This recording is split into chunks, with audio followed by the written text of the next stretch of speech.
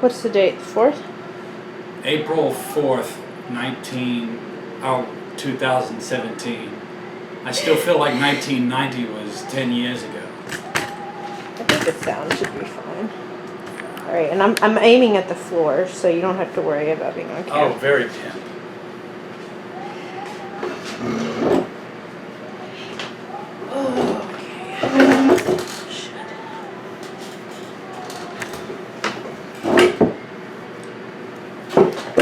So it is April 4th, 2017, and for the record, could you state your name and date and place of birth?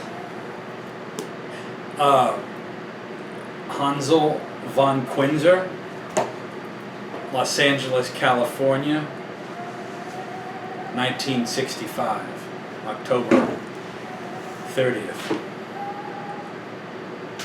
Oh, you're born on the 31st.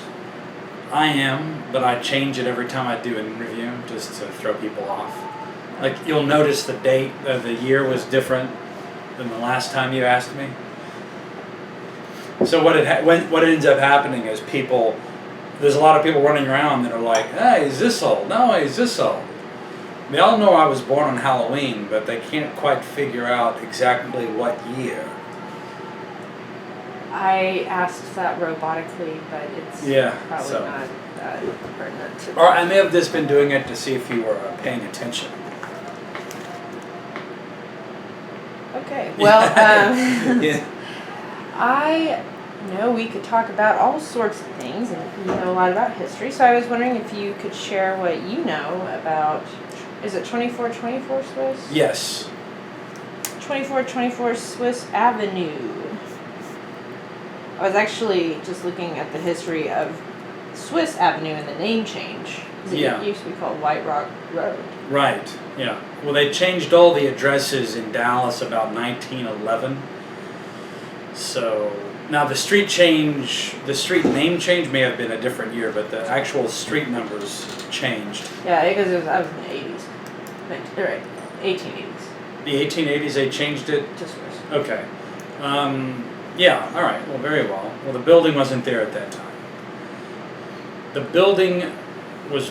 Am I just going to share what I know, or are you going to ask specific questions?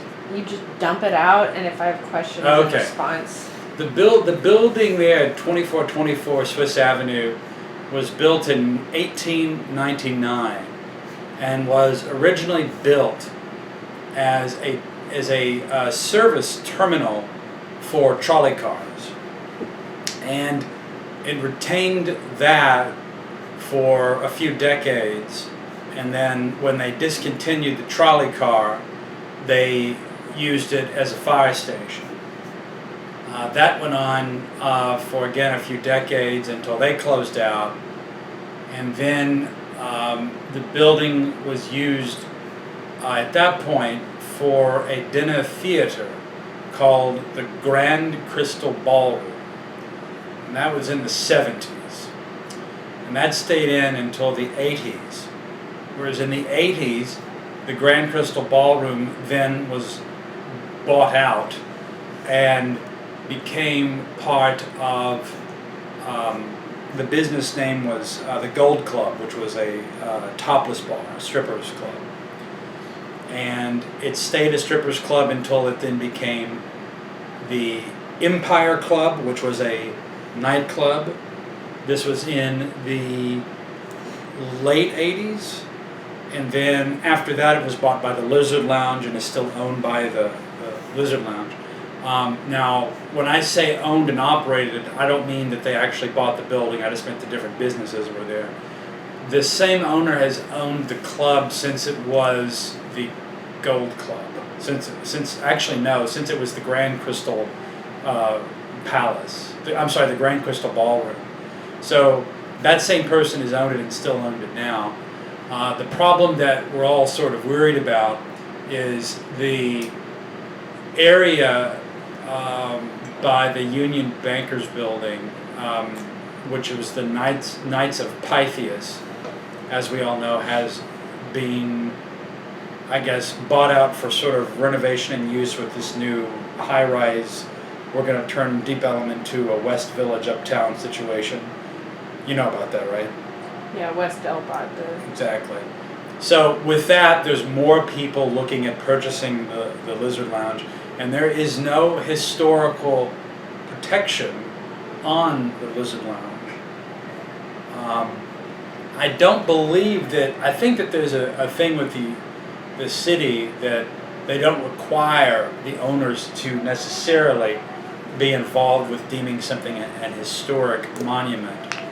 But I do know that it would easily be approved just because of the age of the building and the fact that it's at this point. I mean, I don't know if you would consider that Deep Ellum, but it'd be the oldest building in Deep Ellum because everybody thinks Deep Ellum was built in the early 1900s, and that's true. But the original Deep Ellum maybe, but that area that we know now as Deep Ellum wasn't really the original part of Deep Ellum.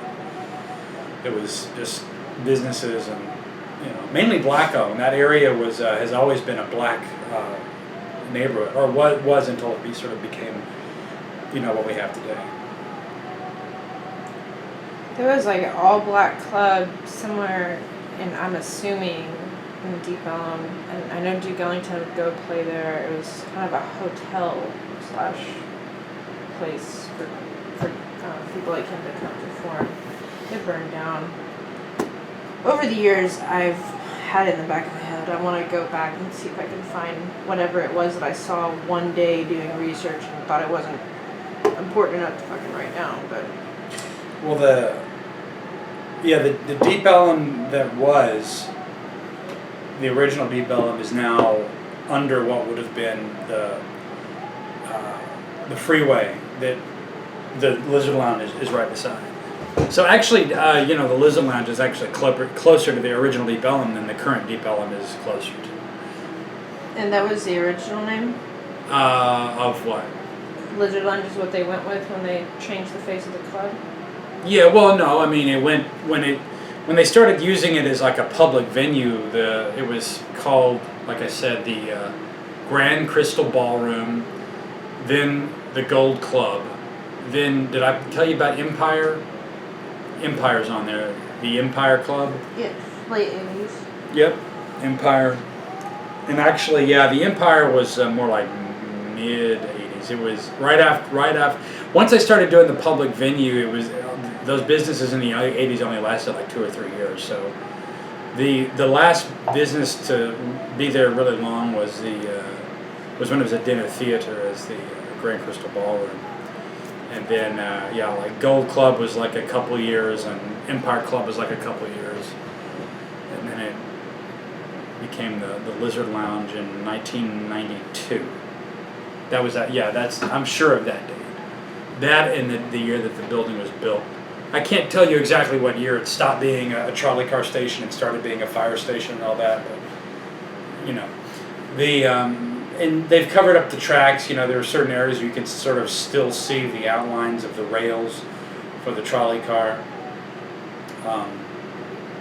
It's on the Texas Registry. It's on the Texas Registry for most haunted buildings, and they've had paranormal people come out and with Geiger meters or whatever and find activities, and there's the most common sighting is that there's an older black guy that tends to be upstairs, and there's a lot of activity on the meters around the dressing room. And the head of security there, John Burns, claims to have seen this apparition. Now, from what era, they don't really know because you just sort of kind of see him. It's kind of difficult to tell what type of clothing he's wearing and that sort of thing. The furniture that's currently there was there from when it was the Gold Club. Basically, the lounge inherited a lot of that furniture, and they still use a lot of it to this day.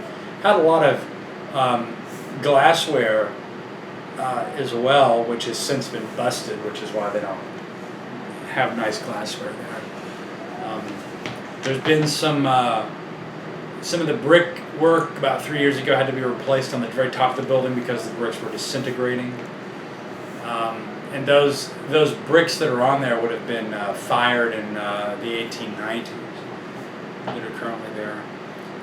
The stained glass windows are not original, obviously, because it was never an establishment prior to what it is now, which would have warranted stained glass windows. But there was a local artist that made them, and he made the stained glass for the entire club. And this was when they became the Lizard Lounge. They did that. So that stained glass there is only about 25 years old.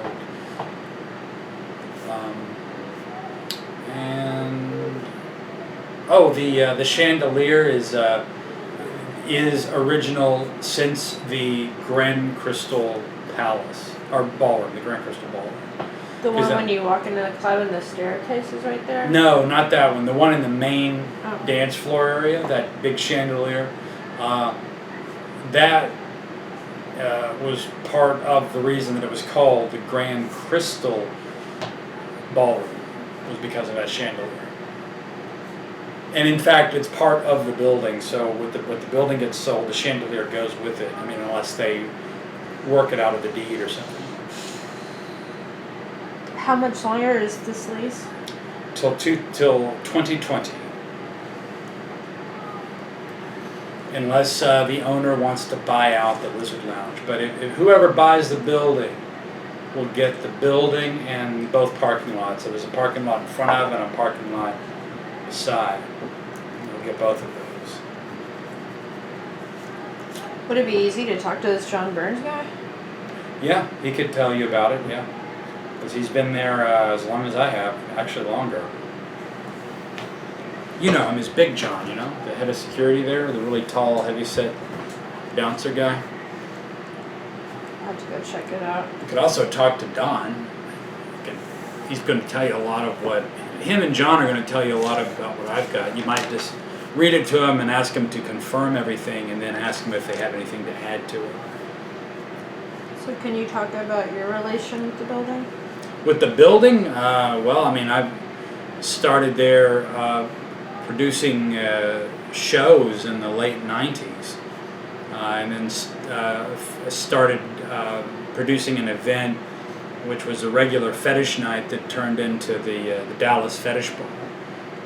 And I started that in 1999, and have been doing it ever since, but it's not just me doing it anymore. There are several of us that work on that particular show, but yeah, and then I'm just there on a regular basis. I mean, I've always lived in the area, so, you know, when Sunday rolls around, if I only go out one night a week, I will tend to pick there to go. If you could describe this club or venue to an out-of-towner who has no idea of the situation, how would you briefly describe the club? In an antiquated building from the 19th century that has dance music and a sort of Gothic, romantic aesthetic to the decor. And you have to remember, though, because it's not just a goth club, it's also like a electronic music club as well on Fridays and Saturdays.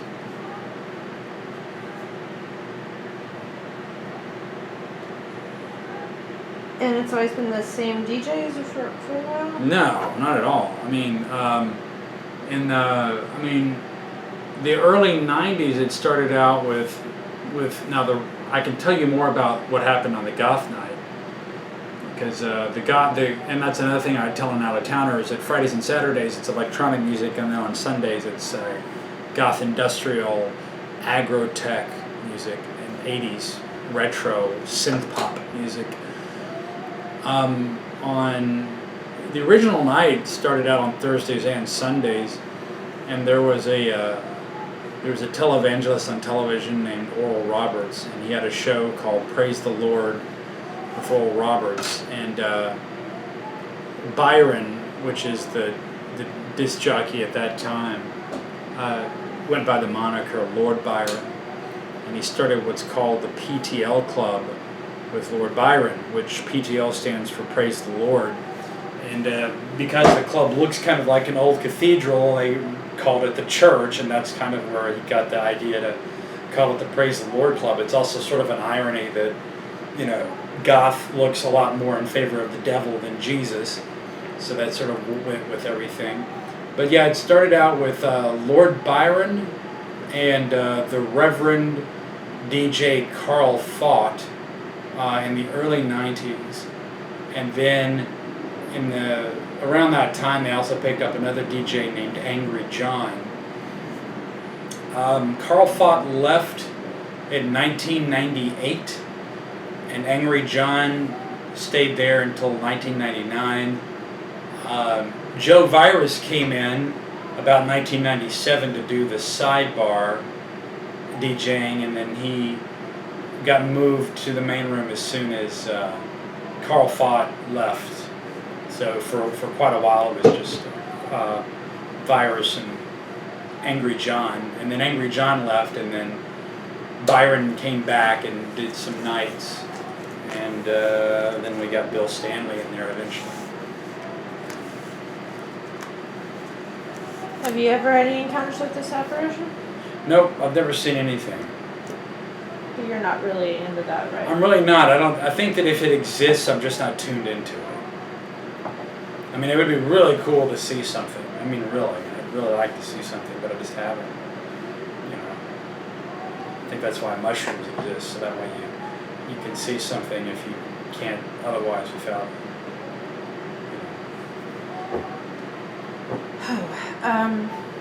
So do you think the church will be around for another 10 years? Probably not. I don't think so, because what we currently have is we have a situation where people are leaving California, which is an extremely populous state, and they're moving to places like Texas, but specifically Texas because we were the number one state in the last 5 years for people moving here, as opposed to other states, people moving there. So what's happening is when you see that, you're going to see that the largest cities like Dallas, Houston, Austin, San Antonio, start getting expanded first before suburbs and places out in the country like Podunkville. So that's what's causing the rise in property prices, because there's so many people moving here. It's inflating the cost of real estate. And with the cost of real estate also inflates our commercial prices, because there needs to be more restaurants and retail and bars put in to accommodate for all these new people that are here. And so it's causing Deep Ellum to expand. And with Deep Ellum expanding, they're getting closer to the Lizard Lounge. And we know that developers don't really care. I mean, maybe personally they care about old buildings, but not when it's going to affect their pocketbook and they're going to make several $1 million off of a real estate deal if they can tear down a historic building and put something else up there. But yeah, that's what will probably end up happening, is that somebody will buy it out and then tear it down, which is terrible because there's other vacant lots like right around there. Is it not already bought out? What, the Lizard Lounge? No, the same people have owned it since like the early 80s. But can those Californians come and buy it out for their leases or make arrangements to?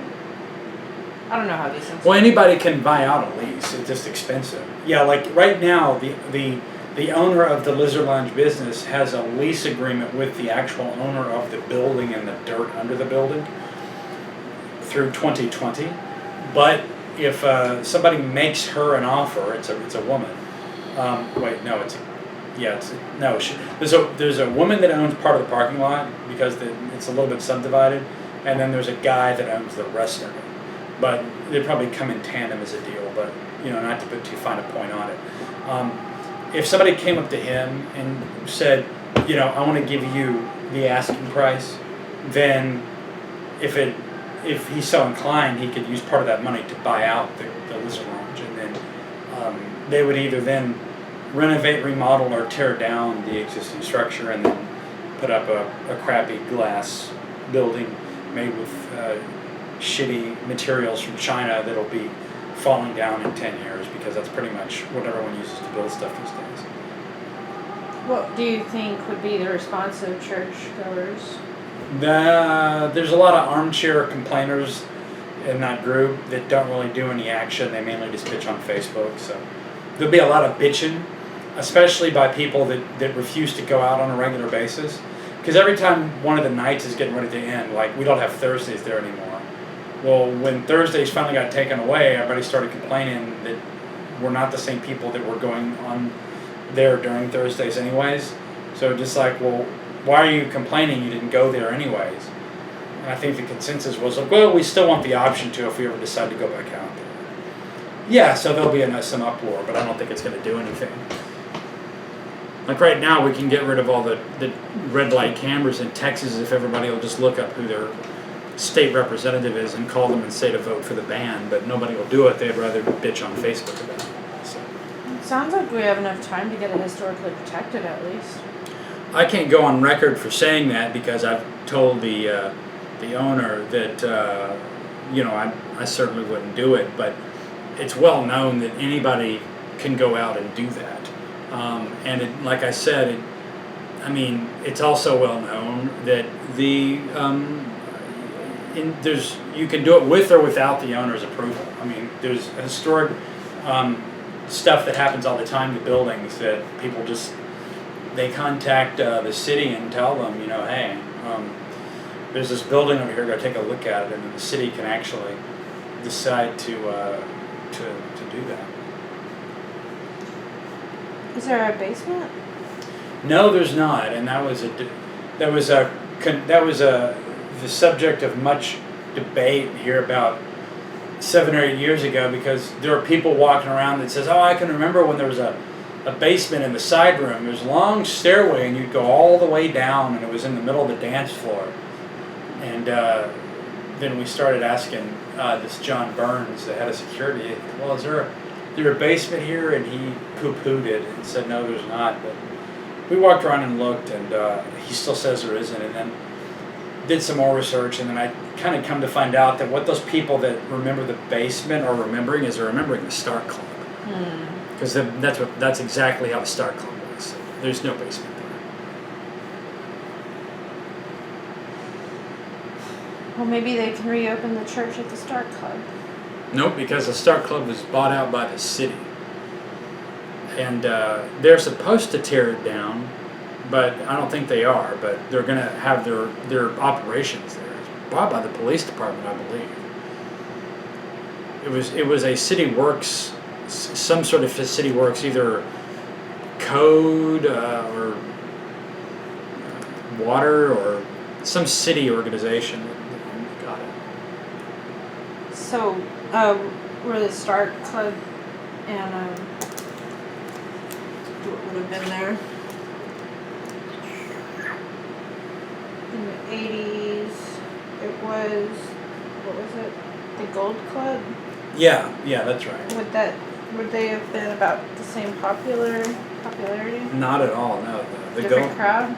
Totally different crowd. Yeah. Well, the Gold Club was a strip club. Well, the Gold Club was a strip club first of all, and then the Empire Club came in after the Gold Club, and the Empire Club came in after the Stark had really closed. The Stark closed in 1990, but it started becoming in decline about 1987. And some people will even say that it opened in 84 for sure, but some people will say that by 1986 the coolness of the Stark Club had already kind of run its course and sort of started to go downhill by then. I didn't stand a chance. Yeah. So did the Stark Club got pretty rated? Did this club ever get rated to that extent? No, not to that extent. There were some issues with the Texas Alcohol Beverage Commission when the club first opened. The owners would, back in those days, things were ran a little bit differently, and the TABC would come out and shut everybody down, and they'd take turns with who had to go to jail, whether it was the owner or the manager. As soon as the cops would leave, they'd open the club back up again. Yeah.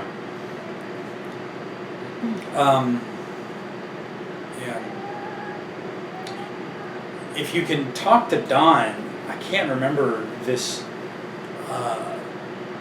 the specific details of this, but he has a fascinating story about how he ended up acquiring the business. There was some people attached to the Mexican mafia.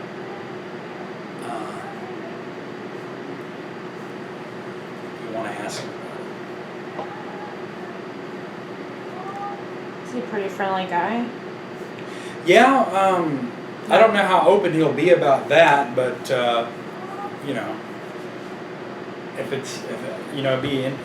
if he's open about it, then he'll tell you. But he told me about it one night, and I can only remember bits and pieces of it, but it was an enthralling story. And that was in the late 90s? Yep, it was the guy that had something to do with the Empire Club. I think it was, that guy. He had a lease on it, and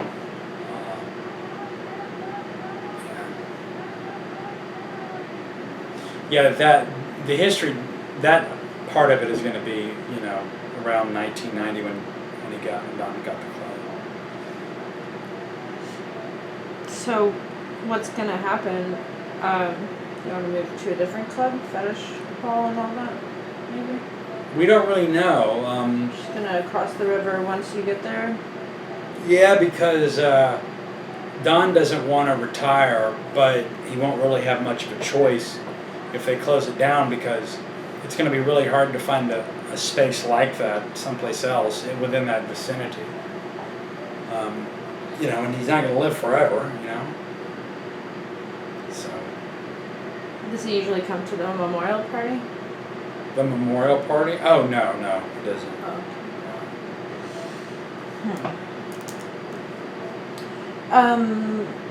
Well, I guess they had already torn down most of the stuff. By the time it became the church, it was sort of just out there, not really surrounded by a whole lot of other buildings, right? Oh, yeah. There's, you remember the Honest Joe's pawn shop? It was just right 2 streets over from that. The same latitude level. It was that Allied Printing Paper Company. Right. It's like some. Yeah, that was all that was there. I mean, it was still a rough area, And that was what's kind of cool about it, is that you didn't have the same foot traffic that the Deep Ellum had, because the tunnel was still there. The tunnel was built in the 30s.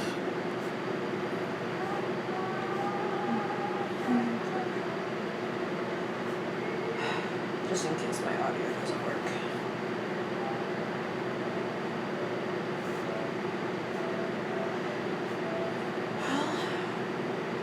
I haven't done a whole lot of research yet. This is like first go at it, so thank you. Sure, yeah, that'll be great. Trying to think if there's any questions. Is there anything that recollection or anything that's important to the? Not that I can remember. I mean, you might ask them if they have anything to add to those details. Are you an owner or just a patron? I own 60%. No, I'm joking. Am I an owner? Did you really think that I'm one of the owners of the? I just wanted to make clear. No, because if I were to say on accident, then some people get pissed. Oh God, no, I'm not an owner. No. Just a supporter and enthusiast. Well, I mean, I'm a contractor. I mean, I've been contracted to do the Fetish Ball there for the last 18 years.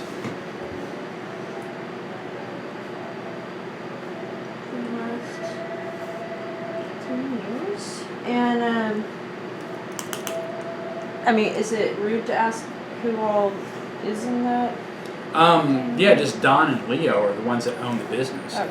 And then there's the other people you mentioned who were just the landlords? Or? Yeah, I don't have their names. Don and Leo. Yeah, Don and Leo are the owners of the Lizard Lounge, which is the same thing as the church. And the landlord is a completely different person.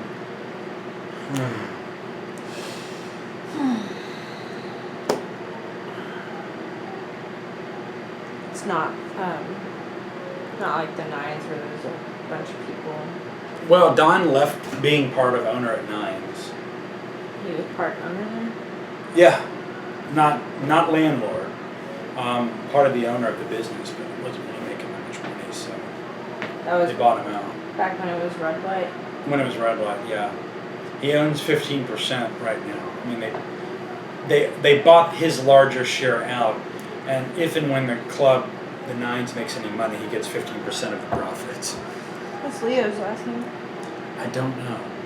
I end up knowing it every couple of years for one reason or the other, and then a couple of days later I forget it. Are they pretty ancient? What? Are they older cats? Or Older cats? young? Or I don't know what you're talking about. Like stray cats outside? are they old? Who? Don and Leo. Oh, I think they're in their 50s. Okay. Yeah.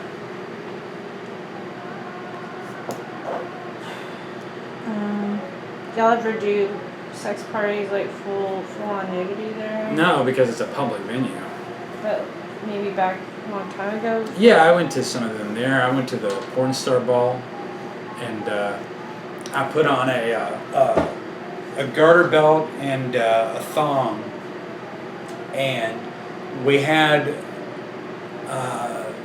not Jenna Jameson, but something Jameson, some other well-known porn star. Not Janine? Nope, some something Jameson, but not Jenna, that was there as the host, and we had Big Dick Hunter, the guy that does the radio show there, and she got up to sort of rile the crowd up, talking about like, you know, hey, I'm getting horny, and we're gonna have a contest now, and you know, guys and then women, and then what's the nastiest thing, and so people would get up and just, you know, pull their genitals out. Unfortunately, because the name of that event was the Porn Star Ball, it attracted the attention of the vice cops. So, at some point throughout the night, all these people started coming in ski masks, and I was like, "Oh man, these are cool outfits, but it's completely wrong because this is supposed to be less clothes, not more." And then I realized that it wasn't an outfit; they were actually vice cops. Otherwise known as cowards because they wore masks, you know. Where I come from, where you wear a mask, you're a coward. So they came in to enforce biblical law, which is, again, bullshit. And they started lining people up. They started pulling people outside and issuing tickets to people that did public lewdness on the stage. And I was standing by them, and one of them come up to me and said, "You're not supposed to show your buttocks." And I said, "Oh, it's not, we're good with this?" And he said, "Wait right here." And so they were so busy with the other people while I was waiting there, and he went back outside to, I guess, work with the other people. I sort of took a couple steps backward and a couple steps to the right, and then snuck into the kitchen and got in one of those service rugs that have the rubber on the bottom of them, and I put it over me like a cape, and I snuck out the back door, and I sort of walked with a bum style stagger away from the club and walked all the way home, and then had to wait until the cops left to come back out there because my car was parked right in front of the club. If I hadn't done that, I probably would have been ticketed or jailed or something. Do you have any idea, was that late 80s, 90s? When that happened? Or that would have been the 80s. No, I was there for this. This was like 2000, I don't know, like 5 or something. 2005, 2006. Porn Star Ball. That was the last time there was any nudity in the club? Yeah, full frontal nudity. Yeah, I mean, people kind of get nude for the Fetish Ball, but you know, they typically have like tape on the nipples and so forth, which is technically not nude, right? Because in Texas, the law says that if you, as long as it's covered, you're good. Mm-hmm. So you can wear something that's see-through, and even if they can totally see your chest through it, it's still technically covered, so it's legal. I love that. Yeah. So technically they're not exposed. You can still see. You still get some stink eyes. Not there, you probably would, like if you go through like Plano or something on the way there, you know. You would be surprised. Women do not like other women. Yeah, I heard about the Fraternal Order of the Penguin Pool, or the Fraternal Order of Eagles.